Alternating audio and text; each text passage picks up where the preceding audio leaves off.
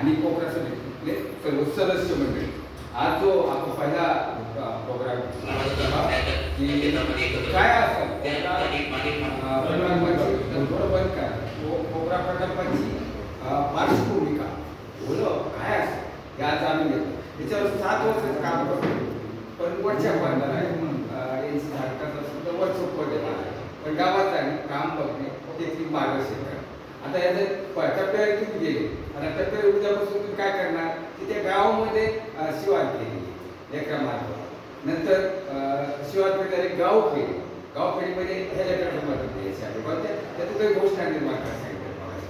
शिवार पेठ घेतल्यानंतर एवढी सगळी समिती शिवारात फिरणार, त्या गावात तिथे प्रकल्प मंजूर झाला तिथे फिरणार. मग तिथे काय काम होईल? कंपार्टमेंट तिथे बांधबंदी होईल का, नाला होईल का, नाला त्याच्यामध्ये सिमेंट बंधारा आहे, नाला बांध माती नाला बांधे कोणी होतील का, जे होतं असं तेच टाकायचंय. ते DPR मध्ये नमूद करायचं म्हणजे कृती आहे की 100 एकर जमीन असं 100 एकरची बांधकाम एवढा नाव जोड आहे. नाव घेऊन 100 एकर, एका एकर 4000 लागत असेल 4000 म्हणजे 100 एकर म्हणजे 4 लाख पण आज 6 वर्षामध्ये ते काम झालं पाहिजे त्या कामामध्ये. आता एखादं शून्य मशागत तंत्रज्ञान आपण आरोग्याला दाखवू शकतो, शून्य मशागत तंत्रज्ञान राबवलं. गाव नसताना एक तालुका आपण राबवलं. हे तर आपण बघतोय की त्या जमिनीमध्ये मातीचं रक्तच कमी झालं. माती ICU मध्ये माझी जमीन ICU मध्ये ऍडमिट आहे, काय करू तिला त्यासाठी ते त्यांचे धोरण आपल्याला अंमलबजावणी पूर्ण शहरात करायची.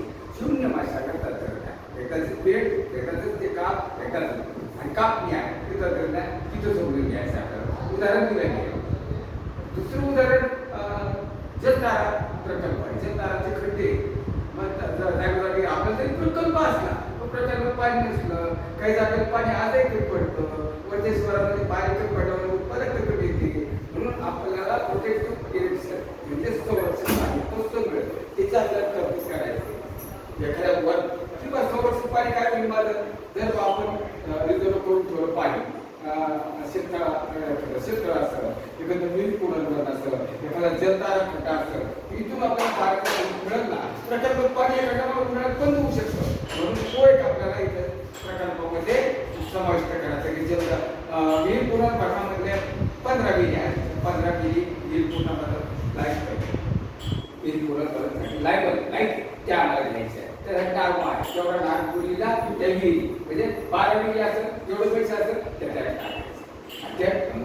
या प्रकल्पामध्ये किती ठिकाण टाकायचं असं करता करता करता हा प्रकल्प वर जाईल. आणि प्रकल्प म्हणजे तुमचा 2.5-3 लाखाला 4 लाखाला 5 लाखाला 6 लाखाला ज्या ज्या गोष्टी समितीने सांगितल्या सरपंचबाई तुम्ही सर्व सदस्य त्या गोष्टीचं काम होणं गरजेचं आहे. ते आताच प्रकाश सराफा ते काम राहिलं मग तुम्ही ते नमूद केलं. मग प्रकल्प काय करत तुमच्या मार्गात पैसा टाका. तुमच्या कामात काय झालं ते काम तुम्ही म्हणलं. वैयक्तिक काम सार्वजनिक काम, वैयक्तिक काम आलं शेडनेटचं तर तात्याने घेतलं शेडनेट ते काय झालं वैयक्तिक झालं. परंतु सार्वजनिक सगळ्यांनी ते बांधकाम करून द्यायची ते सार्वजनिक झालं ना. नाही असं नाही. पण एक प्रकल्पाची पार्श्वभूमिका काय, प्रकल्पामध्ये काय काम असतं, प्रकल्प कशासाठी हा सगळ्याच्या लाभासाठी. म्हणून सरकारने काय केलं ही समिती आहे आणि समिती आहे की तुम्ही यांना सरपंचाला ट्रेनिंग केलं. कर्मचारी प्रारंभ माझ्या सरपंच ट्रेनिंगला होते बघा. ते प्रारंभ काय माझं सर माझ्याकडे ट्रेनिंग ते 2 घंटे होतं, हे 5 मिनिटं.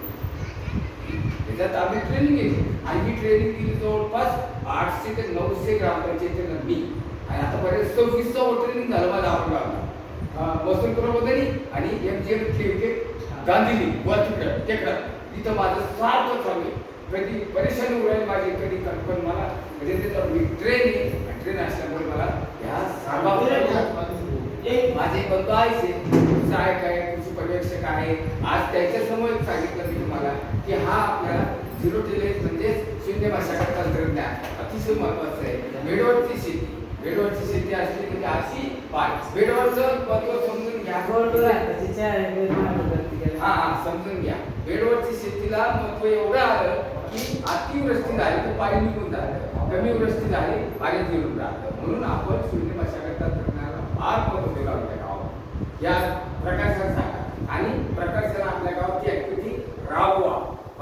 म्हणजे जागतिक कृषी आयोगाकडे कृषी पर्यवेक्षकडे नाही, आपण सर्व मिळून यायचं, सर्वांची ताकद याच्यामध्ये. म्हणून तुमची निवड इथं आहे. तुमच्या निवडीबद्दल मी आपल्या हार्दिक अभिनंदन करतो. हे गाव आपलं घटक आहे म्हणून मी उभा राहिलो. मी आहे 3 तालुक्याचा माणूस, मला 3 तालुके, मग प्रत्येकाला मी आज माझ्या गावापासून सुरुवात केलं. म्हणून तात्याची परवानगी घेतली, जरी नाव असलं माझं काही नाही, पण मी तात्याची परवानगी घेतली. माझ्या गावापासून मला पैठण जायचंय, माझ्या गावापासून मला फलटण जायचंय, माझ्या गावापासून मला संभाजीनगर जायचं. लक्षात घ्या तुम्ही, मला माझ्या किती राहतील लक्ष गट चर्चा, आता माझी वाचलं येतो.